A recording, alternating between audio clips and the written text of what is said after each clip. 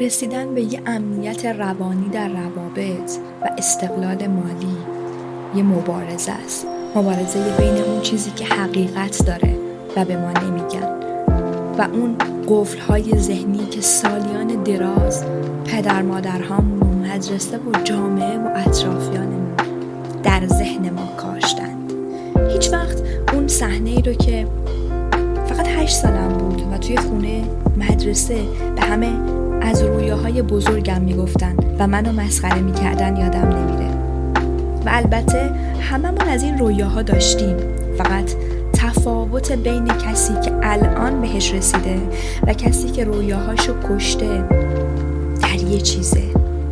اون داستان رو فهمیده، قفل‌های ذهنیش رو شکسته و فرد دوم غرق شده در باورهایی که به خوردش دادن و شده زندانبان باورهاش. چیزی نگی یا زشته. حرف نزن تا دوستت داشته باشن.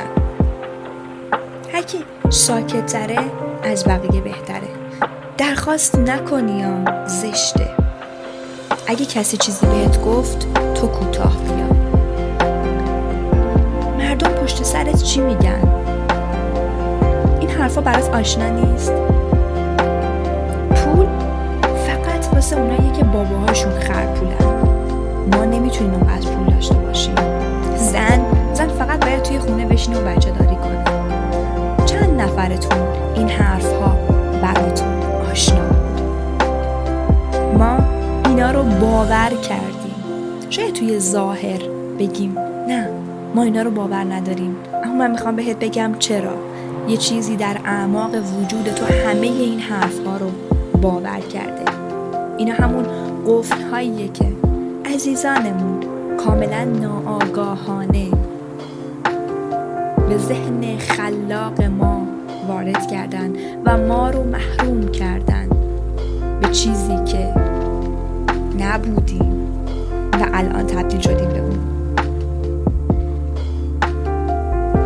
اگه تو الان از چیزی که هستی ناراحت بودی بهت حق میدم، اما اگه داری الان این وایس رو گوش میدی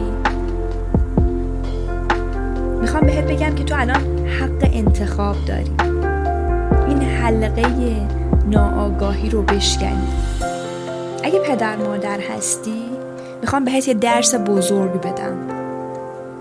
رویاهایی که خودت نتونستی بهشون برسی رو از فرزندت نخواه، چون اون هم دقیقاً همون راهی رو میره که تو امروز رفتی.